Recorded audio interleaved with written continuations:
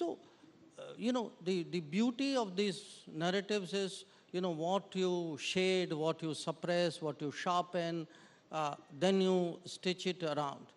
Now, yes, for people who do all of this, they would certainly use it.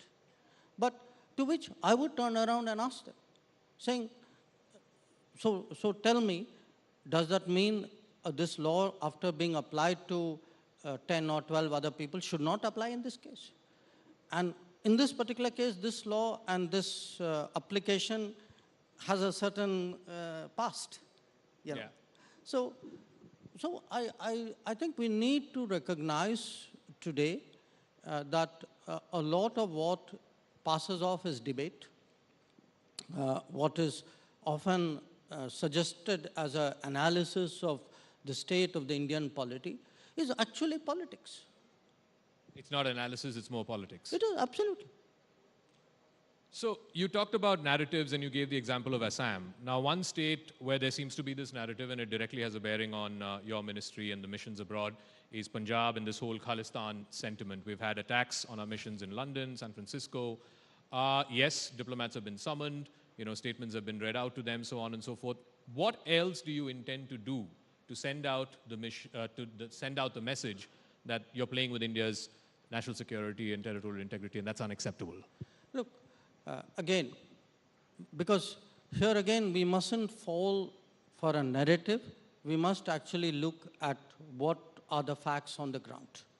So let's look at the facts on the ground in India and let's look at the facts on the ground abroad.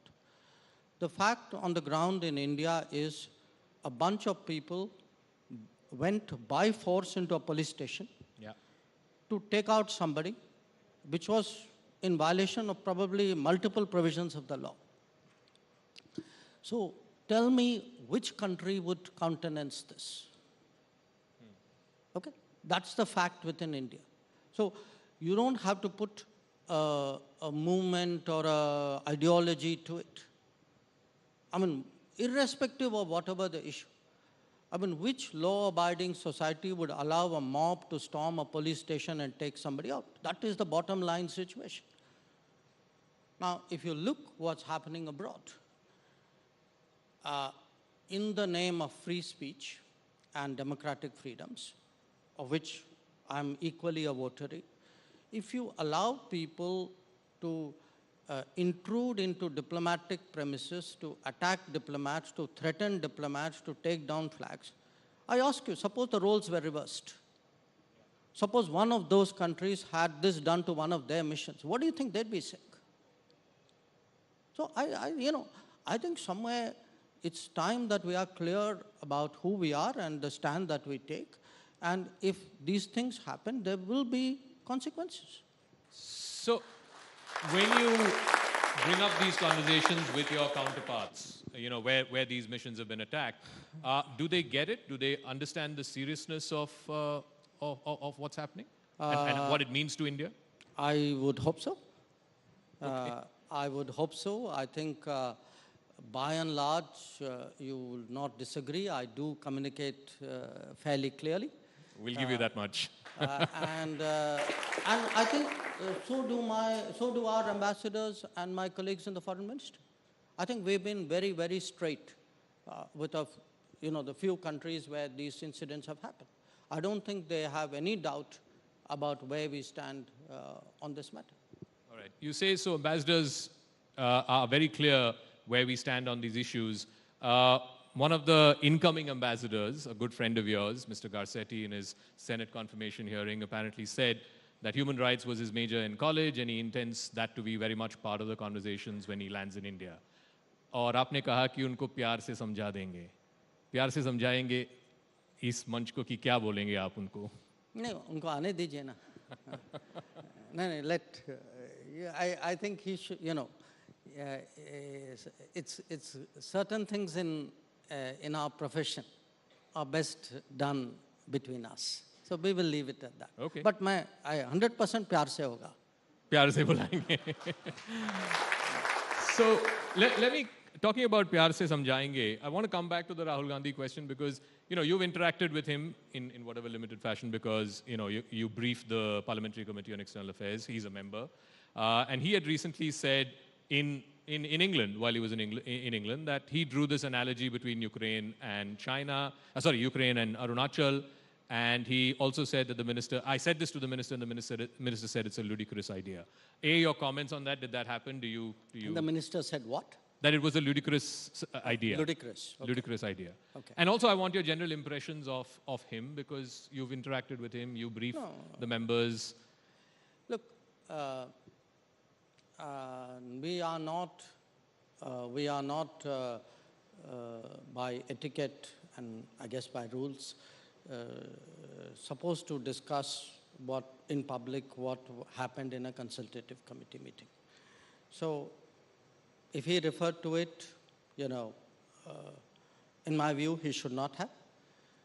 I certainly will not talk about what happened in a consultative committee meeting. But let's look at the substance of the issue, because he has said that on public record. Forget about the fact that there was a consultative committee meeting for a moment.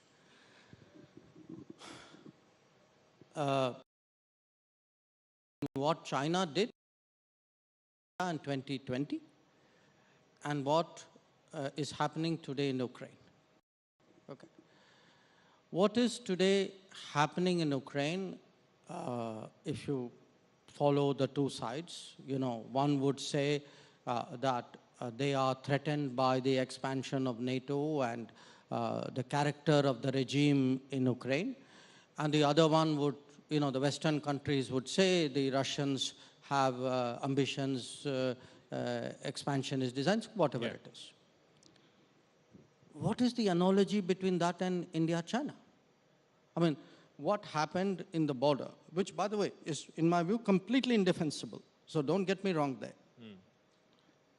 That has nothing to do, there's no NATO in play here. There's no regime character in play here. So I just don't see the comparison. So tell me, since you mentioned China, where are we on this, the border rotation that happened? I mean, I believe out of the 7 odd points, 5, there has been disengagement, 2, there is still no disengagement. Just a broad understanding that, do you believe this has gone beyond the remit of army commanders? This has to be a political sort of dialogue and eventually moving to resolve the situation?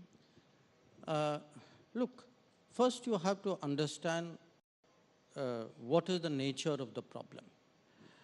The nature of the problem is that two militaries who generally were not 24/7 deployed at or on or very close to the LAC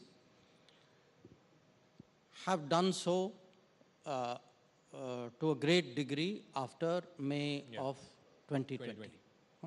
Because pre-May of 2020, both militaries were primarily located in the depth areas where they had permanent bases, and then they would patrol out into the LAC. Now, in 2020, the Chinese breached that in violation of the 93-96 agreements, brought forces to the LAC. Obviously, we countered it. They stayed there, we stayed there. So as a result, you have a very, very intricate situation of very multiple close-up deployments, which by common sense sort of military assessments, a very dangerous situation to be. And that danger, of course, was, we had to caution them. And then, of course, Galwan happened, which only was proof that, how volatile the situation could be. Now, in this, we have, I met my counterpart in September 2020. He accepted that this was a dangerous situation. And since then, we've been trying to the close-up deployments, not close-up deployments, the close-up forward deployments. But it can only be done if there is a mutual agreement. Because in the past, there have been occasions when, quite honestly, without revealing confidences, we may have made some such unilateral move, and we found it was not necessarily responded to by the other side. So everything that we have done is on the basis of what we call the principle of mutual and equal security, which means, if we move back here, you will move back there. So now again, some canards have been floated that, buffer zones have been created in our patrolling areas. If I'm not able to patrol somewhere, he's also not able to patrol on that area. So it's, whatever we have been done is mutual, it is negotiated. Now, this is still unfinished work. There are places where we have this forward deployments.